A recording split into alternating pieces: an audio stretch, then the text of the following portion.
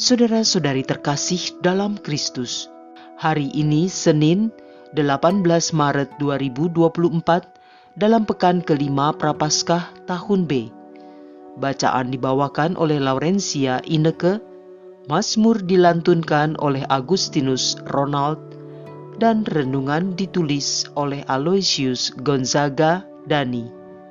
Selamat menekuni Sabda Allah.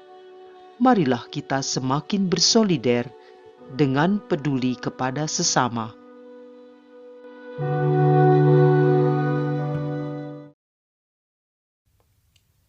Dalam nama Bapa, Putra, dan Roh Kudus. Amin.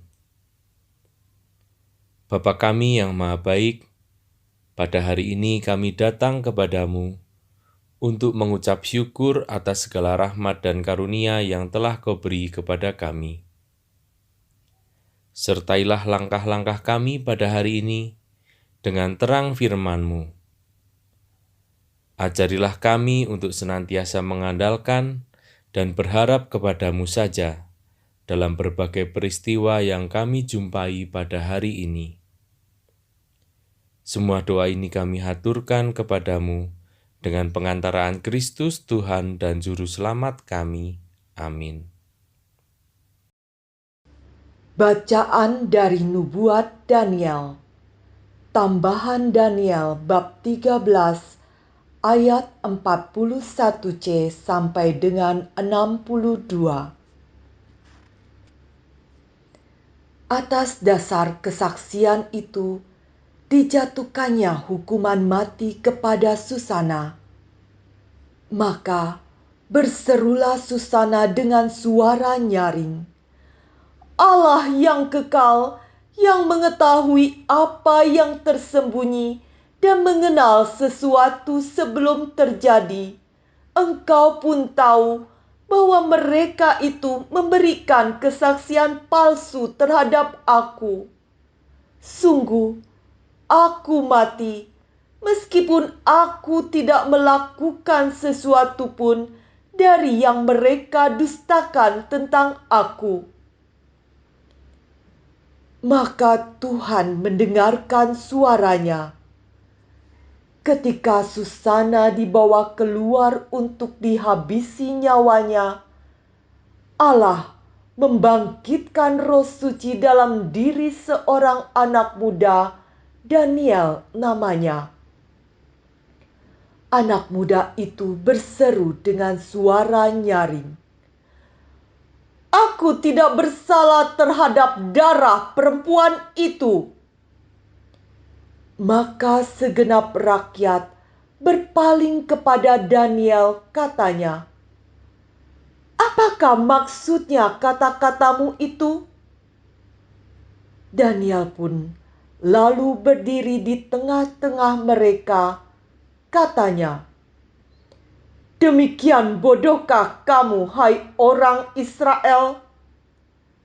Adakah kamu menghukum seorang putri Israel tanpa pemeriksaan dan tanpa bukti? Kembalilah ke tempat pengadilan, sebab kedua orang itu memberikan kesaksian palsu terhadap perempuan ini. Maka bergegaslah rakyat kembali ke tempat pengadilan. Orang tua-tua itu berkata kepada Daniel, Kemarilah, duduklah di tengah-tengah kami, dan beritahulah kami, sebab Allah telah menganugerahkan kepadamu martabat orang tua-tua. Lalu kata Daniel kepada orang yang ada di situ, Pisahkanlah kedua orang tua-tua tadi jauh-jauh, maka mereka akan diperiksa.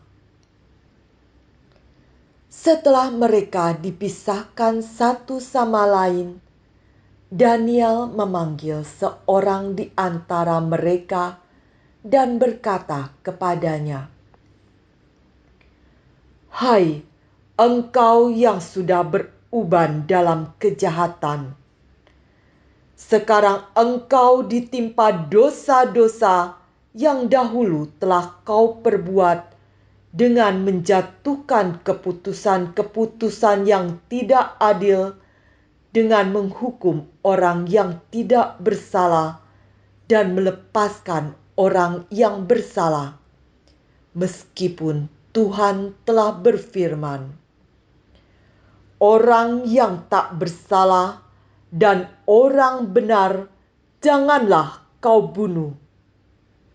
Oleh sebab itu, jikalau engkau sungguh-sungguh melihat dia, katakanlah, di bawah pohon apakah telah kau lihat mereka bercampur? Sahut orang tua-tua itu, di bawah pohon mesui. Kembali Daniel berkata, baguslah, engkau mendustai kepalamu sendiri. Sebab malaikat Allah telah menerima firman dari Allah untuk membelah engkau.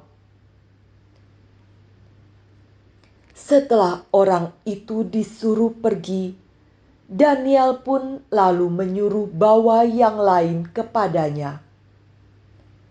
Kemudian berkatalah Daniel kepada orang itu, hai keturunan Kanaan dan bukan keturunan Yehuda, kecantikan telah menyesatkan engkau dan nafsu birahi telah membengkokkan hatimu. Kamu sudah biasa berbuat demikian dengan putri-putri Israel, dan mereka pun terpaksa menuruti kehendakmu karena takut. Tetapi putri Yehuda ini tidak mau mendukung kefasikanmu. Oleh karena itu, katakanlah kepadaku, di bawah pohon apakah telah kau dapati mereka bercampur? Sahut orang tua-tua itu, di bawah pohon berangan. Kembali Daniel berkata, baguslah, engkau mendustai kepalamu sendiri. Sebab malaikat Allah sudah menunggu-nunggu dengan pedang terhunus untuk membahan engkau supaya engkau binasa. Maka berserulah seluruh himpunan itu dengan suara nyaring. Mereka memuji Allah yang menyelamatkan siapa saja yang berharap kepadanya. Serentak mereka bangkit melawan kedua orang tua-tua itu, sebab Daniel telah membuktikan dengan mulut mereka sendiri bahwa mereka telah memberikan kesaksian palsu. Lalu mereka diperlakukan sebagaimana mereka sendiri mau mencelakakan sesamanya. Sesuai dengan Taurat Musa, kedua orang itu dibunuh. Demikian pada hari itu diselamatkan darah yang tak bersalah. Demikianlah sabda Tuhan.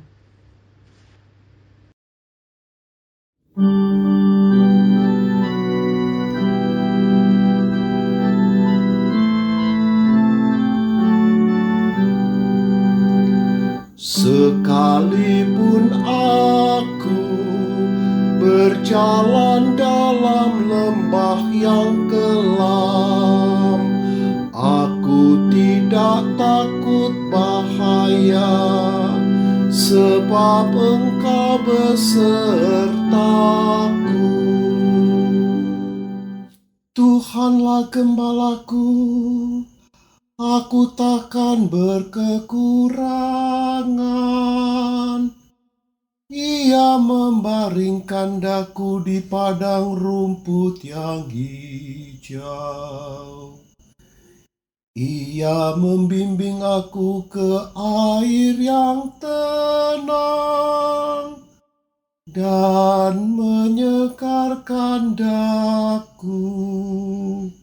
Sekalipun aku berjalan dalam lembah yang kelam, aku tidak takut bahaya, sebab Engkau besertaku. Ia menuntun aku di jalan yang lurus, demi nama-Nya yang kudus. Sekalipun berjalan dalam lembah yang kelam, aku tidak takut bahaya, sebab Engkau besertaku. Tongkat gembalaanmu, itulah yang menghibur aku. Sekalipun aku berjalan dalam lembah yang kelam, aku tidak takut bahaya, sebab Engkau besertaku. Engkau menyediakan hidangan bagiku di hadapan segala lawanku. Engkau mengurapi kepalaku dengan minyak, pialaku penuh berlimpah. Sekalipun aku berjalan dalam lembah yang kelam, aku tidak takut bahaya, sebab Engkau besertaku. Kerelaan dan kemurahan-Mu mengiringi aku di sepanjang umur hidupku. Aku akan berdiam di dalam rumah Tuhan sepanjang segala masa.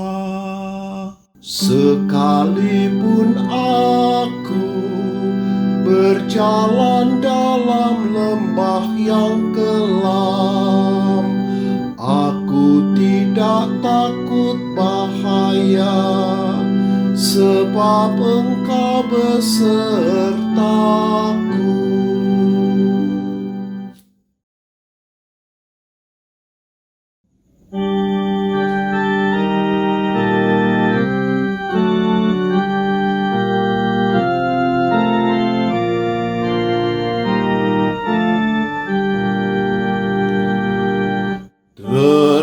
Terpujilah Kristus Tuhan, Raja mulia dan kekal. Aku tidak berkenan kepada kematian orang fasik, melainkan kepada pertobatannya lah aku berkenan, supaya ia hidup. Terpujilah Kristus Tuhan, Raja mulia dan kekal.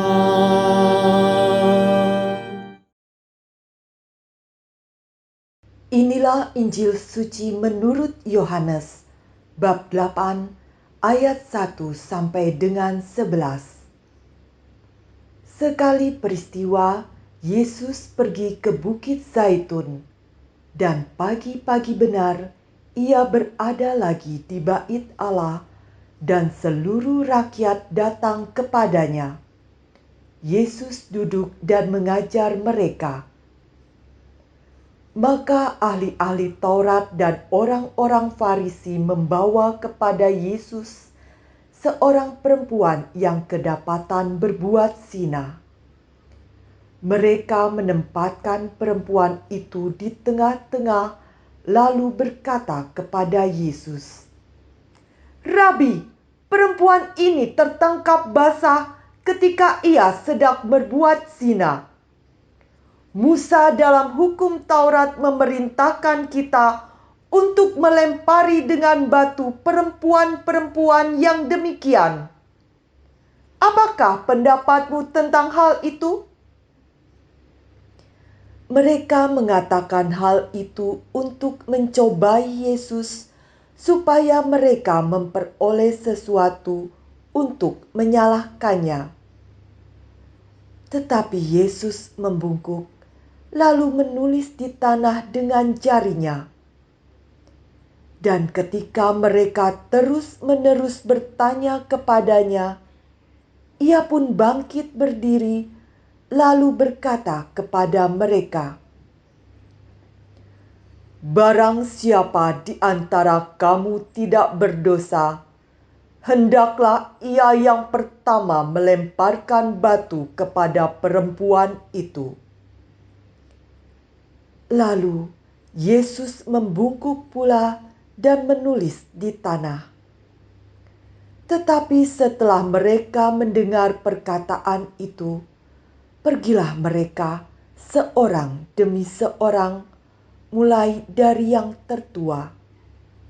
Akhirnya, tinggallah Yesus seorang diri dengan perempuan itu yang tetap di tempatnya. Lalu Yesus bangkit berdiri dan berkata kepadanya, "Hai perempuan, di manakah mereka? Tidak adakah seorang yang menghukum engkau?" Jawabnya, "Tidak ada, Tuhan."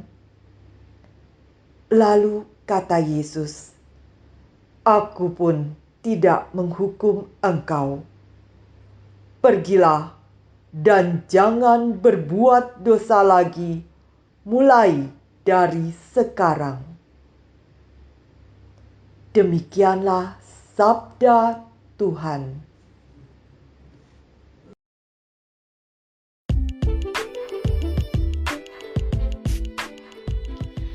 Kasih yang membebaskan. Renungan dibawakan oleh Aloysius Gonzaga Dani.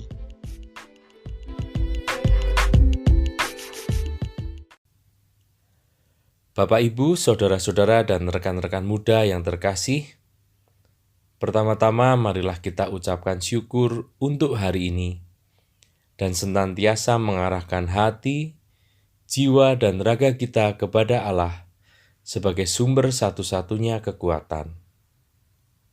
Karena Allah sungguh baik. Hari ini kita disapa kembali untuk datang kepadanya, untuk diberikan kelegaan dalam kehidupan kita melalui sabda-sabdanya.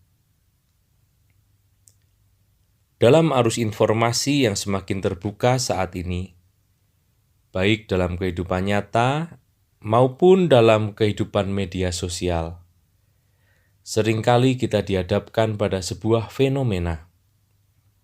Fenomena di mana merasa diri paling benar, sedangkan orang lain selalu salah. Suka membesar-besarkan kesalahan orang lain dan mengkritisinya secara berlebihan, bahkan menjatuhkan orang sampai serendah-rendahnya.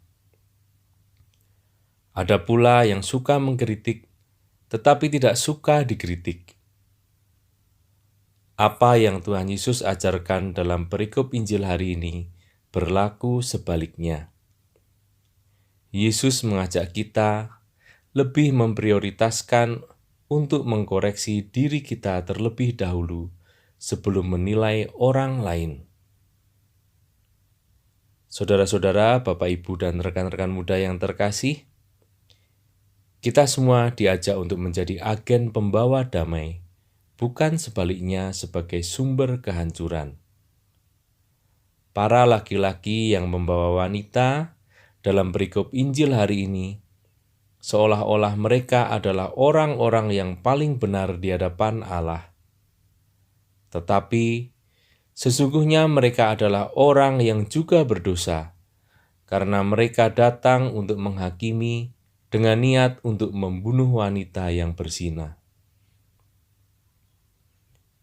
Pada hari ini, Yesus juga menyadarkan kita untuk berintrospeksi akan kehidupan kita, bahwa kita belum tentu bersih di hadapan Allah.